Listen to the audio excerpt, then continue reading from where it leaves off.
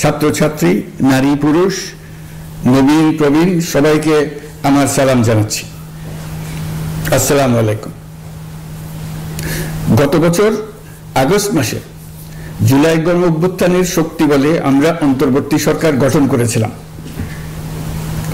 এরপর আমরা এখন আমাদের মেয়াদে একটি অত্যন্ত গুরুত্বপূর্ণ সন্ধিক্ষণে উপনীত হয়েছি।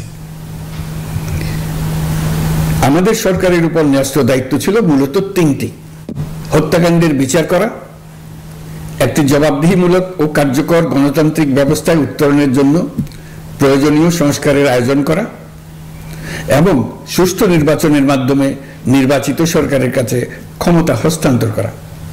আমরা জুলাই গণঅভ্যুত্থানকালে তৎকালীন ফ্যাসিস্ট সরকারের নির্দেশে সংগঠিত হত্যাকাণ্ডের বিচার কাজ এগিয়ে নিয়ে যাচ্ছি। এই বিচারের উদ্দেশ্যে গঠিত আন্তর্জাতিক অপরাধ ট্রাইব্যুনাল তাদের প্রথম রায় শীঘ্রই দিতে যাচ্ছে। ট্রাইব্যুনালে আরো কয়েকটি মামলার বিচার চূড়ান্ত পর্যায়ে রয়েছে। সাধারণ ফৌজদারি আদালতগুলোতেও জুলাই হত্যাকাণ্ড সম্পর্কিত কিছু বিচার কাজ শুরু হয়েছে। আমরা একই সাথে দেশের ইতিহাসে প্রথমবারের মতো গুমের মতো নৃশংস অপরাধের বিচার কাজ শুরু করেছি। আমি আনন্দের সঙ্গে আপনাদের জানাতে চাই যে সংস্কারের ক্ষেত্রেও আমরা ব্যাপক অগ্রগতি অর্জন করেছি। অন্তর্বর্তী সরকার নিজ উদ্যোগে বা বিভিন্ন সংস্কার কমিশনের প্রস্তাবের ভিত্তিতে অনেক গুরুত্বপূর্ণ সংস্কারের কাজ সম্পন্ন করেছে। কিছু প্রস্তাবিত সংস্কারের কাজ এখনো চলমান আছে। অধ্যাদেশের মাধ্যমে বা বিদ্যমান আইন সংশোধন করে বিচার বিভাগের স্বাধীনতা, বিচার ব্যবস্থাপনা, আর্থিক খাতে স্বচ্ছতা, প্রাতিষ্ঠানিক সক্ষমতা বৃদ্ধি, ডিজিটালাইজেশন সম্প্রসারণ ও দুর্নীতি প্রতিরোধে বিভিন্ন সংস্কার সম্পন্ন করা হয়েছে। ভবিষ্যতে সুশাসনের জন্য এসব সংস্কার বড় ভূমিকা রাখবে বলে আমরা মনে করি। আশা করি আগামী নির্বাচিত সরকার সংসদে আলাপ আলোচনার মাধ্যমে এইসব সংস্কার গ্রহণ করবে। আমাদের আরেকটি গুরু দায়িত্ব হচ্ছে সুষ্ঠু নির্বাচন অনুষ্ঠান। আমি ঘোষণা করেছি যে আগামী ফেব্রুয়ারির প্রথমার্ধে জাতীয় সংসদ নির্বাচন অনুষ্ঠিত হতে যাচ্ছে। এই নির্বাচন উৎসব মুখর, অংশগ্রহণমূলক ও সুষ্ঠুভাবে অনুষ্ঠানের জন্য আমরা সব প্রস্তুতি গ্রহণ করছি। আমাদের উপর অর্পিত দায়িত্ব আমরা সঠিকভাবে পালন করার জন্য সর্বাত্মক চেষ্টা করে যাচ্ছি। প্রিয় দেশবাসী, রাষ্ট্র কাঠামো সংস্কারের প্রস্তাব তৈরির লক্ষ্যে জাতীয় ঐকমত্য কমিশন নিরলসভাবে গত প্রায় 9 মাস ধরে কাজ করেছে। এই সময় কমিশন জুলাই গণঅভ্যুত্থানে অংশগ্রহণকারী রাজনৈতিক দলের প্রতিনিধিদের সঙ্গে দীর্ঘ আলাপ আলোচনা করেছে। অত্যন্ত সৌহার্দ্যপূর্ণ পরিবেশে ধৈর্য সহকারে রাজনৈতিক দলগুলো কমিশন কর্তৃক উত্থাপিত বিভিন্ন সংস্কার প্রস্তাব নিয়ে যুক্তিতর্ক উপস্থাপন করেছেন। মতের পার্থক্য থাকলেও তা কমিয়ে আনার চেষ্টা করেছেন। অনেক বিষয়ে ঐকমত্যে আসতে পেরেছেন। দেশবাসী সরাসরি সম্প্রচারের মাধ্যমে এই পুরো কার্যক্রম দেখতে পেরেছেন। এটি বাংলাদেশের রাজনীতির ক্ষেত্রে তো বটেই, পৃথিবীর অনেক দেশের জন্য এক অভূতপূর্ব ঘটনা। এটি ভবিষ্যৎ রাজনীতির জন্য আশাব্যঞ্জক।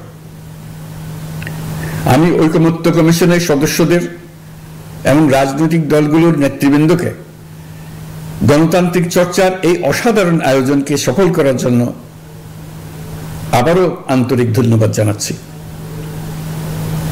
ঐকমত্য কমিশনের প্রণীত জুলাই সনদে সংবিধান বিষয়ক 30টি গুরুত্বপূর্ণ সংস্কার প্রস্তাবে রাজনৈতিক দলগুলোর মধ্যে ঐকমত্য তৈরি হয়েছে। এটি একটি ঐতিহাসিক অর্জন। কিছু প্রস্তাবে সামান্য ভিন্নমত আছে, বাকি অল্প কিছু প্রস্তাবে আপাতদৃষ্টে মনে হয় অনেক দূরত্ব আছে, যা গণতান্ত্রিক প্রক্রিয়ায় অস্বাভাবিক কিছু না। তবে খতিয়ে দেখলে দেখা যায় যে এসব প্রস্তাবগুলোর ক্ষেত্রেও আসলে মতভিন্নতা খুব গভীর নয়। কেউ সংস্কারটা সংবিধানে করতে চেয়েছেন, কেউ আইনের মাধ্যমে করতে চেয়েছেন, কিন্তু সংস্কারের প্রয়োজনীয়তা, নীতি ও লক্ষ্য নিয়ে কারোর মধ্যে মতভেদ নেই।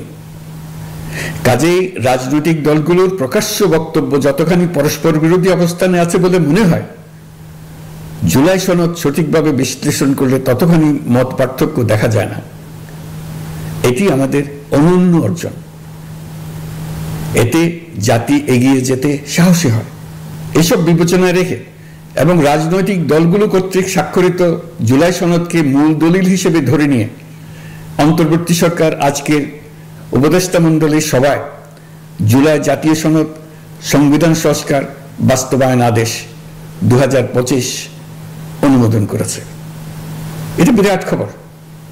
প্রয়োজনীয় স্বাক্ষর শেষে এটি ইতিমধ্যে গেজেট নোটিফিকেশন করার পর্যায়ে পৌঁছে গেছে। জুলাই সনদ বাস্তবায়নের লক্ষ্যে এই আদেশে আমরা গুরুত্বপূর্ণ কিছু বিধান গ্রহণ করেছি। এর মধ্যে রয়েছে সনদের সংবিধান বিষয়ক সংস্কার প্রস্তাবনার উপর গণভোট অনুষ্ঠান এবং পরবর্তী সময়ে সংবিধান সংস্কার পরিষদ গঠনের সিদ্ধান্ত। আমরা সকল বিষয় বিবেচনা করে সিদ্ধান্ত নিয়েছি যে আগামী জাতীয় সংসদ নির্বাচনের দিনেই গণভোটের আয়োজন করা হবে, অর্থাৎ জাতীয় নির্বাচনের মতো গণভোটও ফেব্রুয়ারির প্রথমার্ধে একই দিনে অনুষ্ঠিত হবে। এতে সংস্কারের লক্ষ্য কোনোভাবে বাধাগ্রস্ত হবে না। নির্বাচন আরো উৎসবমুখর ও সাশ্রয়ী হবে। গণভোট অনুষ্ঠানের লক্ষ্যে উপযুক্ত সময়ে প্রয়োজনীয় আইন প্রণয়ন করা হবে। জুলাই সনদের আলোকে আমরা গণভোটের ব্যালটে উপস্থাপনীয় প্রশ্নও নির্ধারণ করেছি। আমি প্রশ্নটি এখন আপনাদের সামনে পাঠ করে শোনাচ্ছি। প্রশ্নটি হবে এরকম: আপনি কি জুলাই জাতীয় সনদ সংবিধান সংস্কার বাস্তবায়ন আদেশ 2025 এবং জুলাই জাতীয় সনদের লিপিবদ্ধ সংবিধান সংস্কার সম্পর্কিত নিম্নলিখিত প্রস্তাবগুলোর প্রতি আপনার সম্মতি জ্ঞাপন করছেন? ক, নির্বাচনকালীন সময়ে তত্ত্বাবধায়ক সরকার, নির্বাচন কমিশন এবং অন্যান্য সাংবিধানিক প্রতিষ্ঠান জুলাই সনদে বর্ণিত প্রক্রিয়ার আলোকে গঠন করা হবে। খ, আগামী সংসদ হবে 2 কক্ষ বিশিষ্ট। জাতীয় সংসদ নির্বাচনে দলগুলোর প্রাপ্ত ভোটের অনুপাতে 100 জন সদস্য বিশিষ্ট একটি উচ্চকক্ষ গঠিত হবে এবং সংবিধান সংশোধন করতে হলে উচ্চকক্ষের সংখ্যাগরিষ্ঠ সদস্যের অনুমোদন দরকার হবে। গ, সংসদে নারীর প্রতিনিধি বৃদ্ধি, বিরোধী দল থেকে ডেপুটি স্পিকার ও সংসদীয় কমিটির সভাপতি নির্বাচন, প্রধানমন্ত্রীর মেয়াদ সীমিতকরণ, রাষ্ট্রপতির ক্ষমতা বৃদ্ধি, মৌলিক অধিকার সম্প্রসারণ, বিচার বিভাগের স্বাধীনতা ও স্থানীয় সরকার সহ বিভিন্ন বিষয়ে যে 30টি প্রস্তাবে জুলাই জাতীয় সনদের রাজনৈতিক দলগুলোর ঐকমত্য হয়েছে, সেগুলো বাস্তবায়নে আগামী নির্বাচনে বিজয়ী দলগুলো বাধ্য থাকবে। ঘ, জুলাই সনদে বর্ণিত অন্যান্য সংস্কার রাজনৈতিক দলগুলোর প্রতিশ্রুতি অনুসারে বাস্তবায়ন করা হবে। গণভোটের দিন এই 4টি বিষয়ের উপর একটি মাত্র প্রশ্নে আপনি হ্যাঁ বা না ভোট দিয়ে আপনার মতামত জানাবেন। গণভোটের সংখ্যাগরিষ্ঠ ভোট হ্যাঁ সূচক হলে আগামী সংসদ নির্বাচনে নির্বাচিত প্রতিনিধি নিয়ে একটি সংবিধান সংস্কার পরিষদ গঠিত হবে। এই প্রতিনিধিগণ একই সাথে জাতীয় সংসদের সদস্য হিসেবে দায়িত্ব পালন করবেন। পরিষদ তার প্রথম অধিবেশন শুরুর তারিখ হতে 180 কার্য দিবসের মধ্যে সংবিধান সংস্কার করবে। সংবিধান সংস্কার সম্পন্ন হওয়ার পর 30 কার্য দিবসের মধ্যে সংসদ নির্বাচনে প্রাপ্ত ভোটের সংখ্যানুপাতে উচ্চকক্ষ গঠন করা হবে। এর মেয়াদ হবে নিম্নকক্ষের শেষ কার্য দিবস পর্যন্ত। জুলাই সনদ বাস্তবায়নের অঙ্গীকারনামা অনুসারে সংবিধানে জুলাই জাতীয় সনদ অন্তর্ভুক্ত করার ব্যবস্থা গ্রহণ করা হবে। এটিও আজকে অনুমোদিত আদেশে উল্লেখ করা হয়েছে। প্রিয় দেশবাসী, অভ্যুত্থানের পর দায়িত্ব গ্রহণ করে অর্থনীতিকে গভীর গহ্বর থেকে উদ্ধার করা ছিল আমাদের জন্য একটা বিরাট চ্যালেঞ্জ। গত 15 মাসে আমরা সেই চ্যালেঞ্জ উতরাতে সক্ষম হয়েছে। রপ্তানি, বৈদেশিক বিনিয়োগ ও রিজার্ভ সহ অর্থনীতির সবগুলো সূচকে দেশ ইতিবাচক ধারায় ফিরেছে। লুট হয়ে যাওয়া ব্যাংকিং খাত ইতিমধ্যে ঘুরে দাঁড়িয়েছে, মানুষের আস্থা ফিরে এসছে। ব্যাংকিং খাতকে আরো শক্তিশালী করতে নানামুখী পদক্ষেপ চলমান রয়েছে। অভ্যুত্থান পরবর্তী সময়ে বিভিন্ন দেশের বৈদেশিক বিনিয়োগ হ্রাস পেলেও বাংলাদেশে গণ অভ্যুত্থান পরবর্তী প্রথম বছরে বৈদেশিক প্রত্যক্ষ বিনিয়োগ অর্থাৎ এফডিআই 19.13% বৃদ্ধি পেয়েছে। এটি বৈশ্বিক প্রবণতার বিপরীতে এক অনন্য অর্থনৈতিক দৃষ্টান্ত স্থাপন করেছে। আগামী সপ্তাহে ডেনমার্ক ভিত্তিক মায়ার্স গ্রুপের মালিকানাধীন এপিএম টার্মিনালস বিভি এর সঙ্গে লালদিয়া কন্টেইনার টার্মিনাল প্রকল্পে 30 বছরের কনসেশন চুক্তি স্বাক্ষর হতে যাচ্ছে। এই চুক্তির আওতায় ইউরোপীয় এই কোম্পানি $550 মিলিয়ন বিনিয়োগ করবে। এটি এই যাবৎকালে বাংলাদেশে ইউরোপের সর্বোচ্চ একক বিনিয়োগ।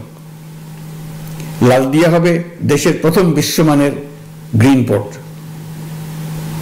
প্রিয় দেশবাসী, প্রায় 1.5 যুগ ধরে আমাদের জনগণ ভোটাধিকার থেকে বঞ্চিত ছিলেন। তারা আজ আসন্ন নির্বাচনে তাদের ভোটাধিকার প্রয়োগ করার জন্য উন্মুখ হয়ে আছেন। আগামী ফেব্রুয়ারিতে সুষ্ঠু নির্বাচন অনুষ্ঠানের বিষয়ে অভ্যুত্থানের সপক্ষের রাজনৈতিক দলগুলোকে অবশ্যই ঐক্যবদ্ধ থাকতে হবে। তা না হলে জাতি এক মহা বিপদের সম্মুখীন হবে। এই সম্পর্কে আমি আগেও একাধিকবার আমার আশঙ্কা প্রকাশ করেছি। ফ্যাসিবাদের বিরুদ্ধে 2024-এর জুলাইয়ে মৃত্যুর মুখোমুখি শির উঁচু করে দাঁড়িয়ে দেশবাসী যে ঐক্য গড়ে তুলেছিল, আমরা জীবিতরা যেন অল্প স্বল্প ভিন্নমত ও লঘু বিবাদে জড়িয়ে তার মর্যাদা ক্ষুণ্ণ না করি।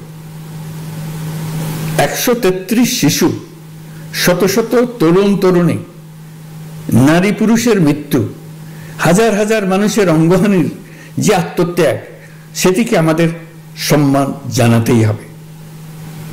দেশের আপামর জনগণ সামান্য যা চায় তা হচ্ছে এই অগণিত হতাহতের স্মৃতির প্রতি শ্রদ্ধা জানিয়ে আমরা সবাই যেন ভিন্ন মতের প্রতি সহিষ্ণুতা দেখাই, দলীয় স্বার্থ অতিক্রম করে সম্মিলিত আকাঙ্ক্ষা ও জাতীয় চাওয়াকে ঊর্ধ্বে তুলে ধরি।